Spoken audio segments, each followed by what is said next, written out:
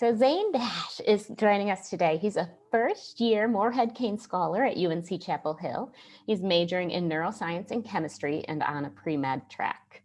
As a science fair competitor, Zane placed first at school, county, and regional fairs and received special recognition from the Burroughs Wellcome Fund for quality student research. Advanced from the state fair to the 2018 Intel International Science and Engineering Fair in Pittsburgh, Pennsylvania. He is also the founder and president of the STEM Mentorship Academy, and it is a soon-to-be nonprofit organization that has provided STEM mentorship, resources, and opportunities to over 700 students in North Carolina in this school year. And with that, I will pause and let Zane grab the microphone and start sharing his screen. Welcome, Zane. Today, I'm going to speak to you about something fundamental, an idea at the core of nearly every lesson learned, resource access, or in the case of our student competitors here today, nearly every experiment or device created, mentorship. Today, I'm going to share an incredible idea that has driven me for the past few years, inspiring me more each day. I want to develop free STEM mentorship, virtual and in person, both in schools and in community spaces, that's accessible to all students, particularly those in need, where kids across North Carolina, no matter their background or resources, can work on STEM projects and lessons that they love, aided by student and professional mentorship. I discovered mentorship through STEM extracurriculars, and specifically science fair.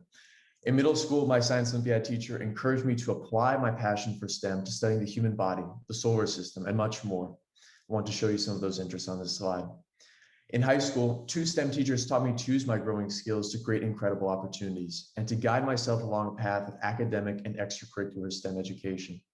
In short, people in my community instilled me with a foundation of confidence and security in my STEM talents. Inspired, I discovered interest in chemistry and neuroscience as subjects to both master for a hopeful future life in medicine and to curiously study, as I find both fields fascinating. I then applied these interests to my extracurriculars, and the results were exciting.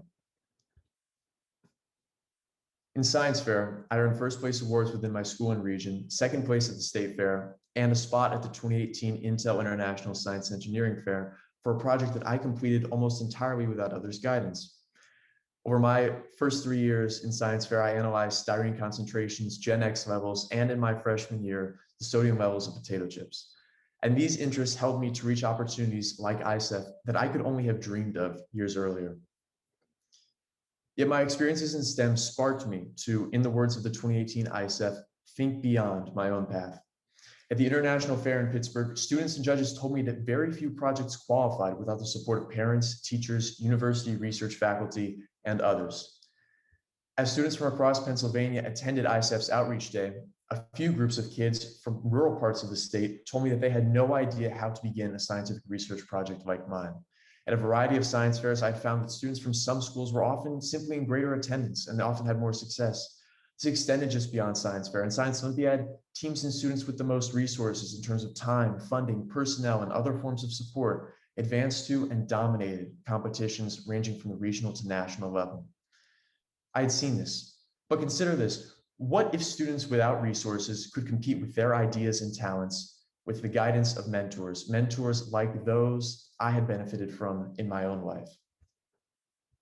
I had observed these inequities on regional, state, national, and international levels, but I couldn't comprehend or even begin to solve the world's issues. I had to start smaller on a level that I could better understand and hopefully affect change in my home county, New Hanover County, in Wilmington, North Carolina. I attended a training workshop held by the North Carolina Science and Engineering Fair Foundation. I became formally acquainted with how to guide students' research and experimentation. While I was there, a teacher shared with me her experiences as an instructor in 2 different county elementary schools. In one class, in a more affluent school near the beach, nearly every student passed the science EOG exam. In another class at a school of Title I designation, only a few students passed the exam. The reality that some students in schools were afforded greater resources and access to opportunities while others were not, and that such inequities could determine who feels confident in their STEM abilities, who learns how to develop such abilities, who enters the STEM field as an adult. That reality was unmistakable, and I had seen it at all levels of STEM education extracurriculars in various forms. Again, I was and am only one person. I was one soon to be adult. I am now only one adult. And I was figuring out how to solve something much, much larger than myself. But nevertheless, it was time for me to get started. For 3 years, I coached middle school students in the Science Olympiad event Solar System to regional and state championships in their event and to a 17th place at the National Science Olympiad. This experience taught me a lot. And in my senior year of high school, I drew upon what I had learned as a mentor in founding here on this slide, the Science Fair Academy at my high school, an organization equipping approximately 70 elementary and middle school students, largely attending Title I schools, with mentorship from high school students at Isaac Barrowley College, my high school. The program was a tremendous success, with mentees advancing to county and regional fairs and teachers noting the visible academic and personal impacts of mentorship. You can see it some on this slide. Kids created address signs for disadvantaged families. They made devices for collecting recess equipment, and they created science fair projects that were focused on their own interests, electricity, heat, other areas. For myself, I learned how to create and lead an organization. And entering my freshman year of college during a globally challenging time, I was determined to replicate that success. Over the last several months, I've founded and led the STEM Mentorship Academy organization as its president, creating a statewide and national network of over 270 high school and college mentors and over 700 mentees enrolled in elementary, middle, and high school, 19 schools across the state. Our mission is to provide STEM mentorship resources and opportunities to North Carolina K-12 students, particularly to those in need. Any student of any background is welcome to receive mentorship. Our mentees, students just like you, are competing in science and engineering fairs, science Olympiad competitions, Project Lead the Way, First Robotics, Envirothon, and they're learning with Sphero robots, Rube Goldberg machines, interactive presentations that our own mentors create, and a variety of other projects. They're competing, they're learning, they're discovering STEM. We're continuing to expand, creating virtual spaces and mentor and mentee portals to enrich our community, recruiting STEM professionals to discuss their careers in a speaker series, compiling databases and lists of resources and opportunities, applying for nonprofit status with UNC's Law School, fundraising for our mentees and mentors of present and future, you name it. Teachers have been some of our biggest supporters, praising our mentors and organization and connecting us to additional schools and students for an even more successful year ahead. This past year, and in founding STEM Academy, I find myself learning more than I ever have. Creating a nonprofit volunteer organization is, as I have learned, more difficult than I'd ever imagined. Along the way, I recruited a team of passionate individuals, and each day I'm amazed by the insights and skills that they bring to our efforts. And official organizations need official documents, and UNC's Law School worked with us to develop agreements and protections ensuring the safety of our mentors, mentees, and other stakeholders. As our program grew, I reaffirmed my belief that a one-size program can't fit all communities properly.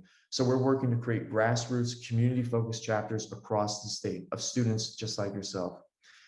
In engaging with these areas and the organizations that serve them, I've understood something I knew already, but confirmed for myself, that North Carolina is an incredible place for exploring STEM. Nonprofits and organizations like those on this slide, the North Carolina Center for After School Programs, North Carolina Math Science Engineering Network at NC State, STEM Southeast North Carolina, First Robotics, the list continues. It's practically endless. Students, if you want individuals invested in your STEM future, this is the right state for you. Finally, and looking ahead, my learning will continue as we want our mentees to be as active in receiving mentorship as they are in guiding it and providing their feedback. So we're reaching out to students across the state to ask what areas of STEM they want to discover, what organizations might you want to partner with, and how these students want to discover them. In essence, we are learning from our own mentees. With mentorship, the sky for learning is truly the limit. Now, let's revisit the idea I offered earlier. Free STEM mentorship, virtual and in person, both in schools and in community spaces, accessible to all students, particularly those in need. Where if students need help, they want to connect with other students or STEM professionals, they need to search a central database to access a summer camp, they can. And I know that I presented a huge amount of information. So here's the core of what I mean. The idea is that if nothing else, I want you to remember from today. Any STEM support that students like you want, need, don't even know that you want or need, we and other educational organizations across the state are working to offer those. We're working to provide those supports.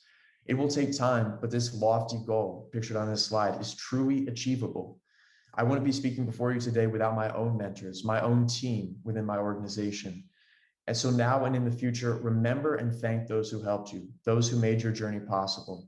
When you're thinking of others, think beyond what you alone are doing and pay attention to the students around you. Is there something they need? Is there something they want? Have your parents review our organization. Consider becoming a STEM Academy mentee, or if you're in 8th grade and moving into high school, a mentor. And feel free to ask any questions at all along the way. Perhaps most importantly, try to be a mentor to others now and in the future in STEM or anything else. If my journey is any indication, you may just discover your passion. Thank you to the fair's organizers, students, and parents. I'm happy to answer any questions at all. That's wonderful. Thank you so much, Zane.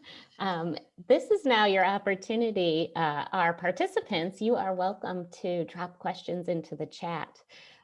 And Zane, if you we will do a little Q&A. I will get the questions started, but once we're all done, if you would drop how to reach you into the chat in case Absolutely. people would like that contact information. And so I've had the opportunity to talk to you before, and I am just so inspired by your enthusiasm, your passion, but also your outreach to make this happen. And so I do know what age you were when you started this journey, but I would love for you to just kind of tell the audience again what age you started at, but also then follow up with how did you have the courage? Yeah. Well, in terms of what age I started with science fair, that was freshman year of high school. So 15. And getting into mentorship, I also started, as I talked about my solar system mentorship, that started early in high school and then developed in senior year into Science Fair Academy, and now this year with STEM Academy. I think that I had the courage because it was something I didn't see this need met across the state. It was something that I had never heard about. There were supports that I wanted that I just didn't know existed. So I think in mustering the courage, if you will, I just thought about what I would have wanted as a student. And I asked all the students today to reflect on that. What are the things that you need? Who can you work with to make those happen? Who can you tell about your ideas? Because there's a lot of power in ideas. It may sometimes feel like everybody's taken all the great ideas, but that's not even close to the truth. So yeah, reflect on what you need. Remember that you have teams of individuals around you to support you. Those are the two main needs, I think, to have the courage to do anything in STEM. Yeah. Yeah. And then just one follow-up is you did talk about the idea of outreach and networking.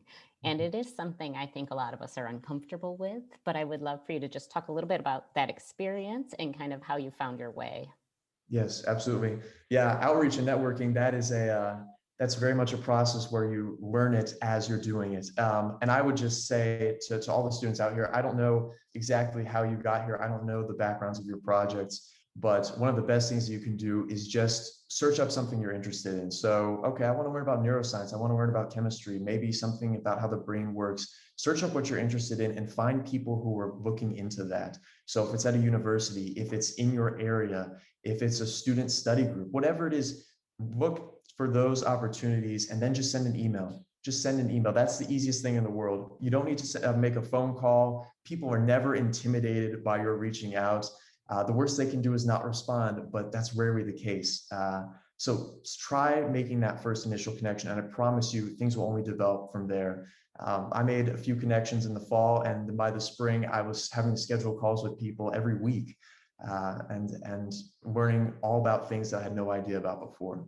So yeah, try to make that initial connection because I think it's a really powerful thing, and it can set up opportunities that you just have no idea about before you reach out.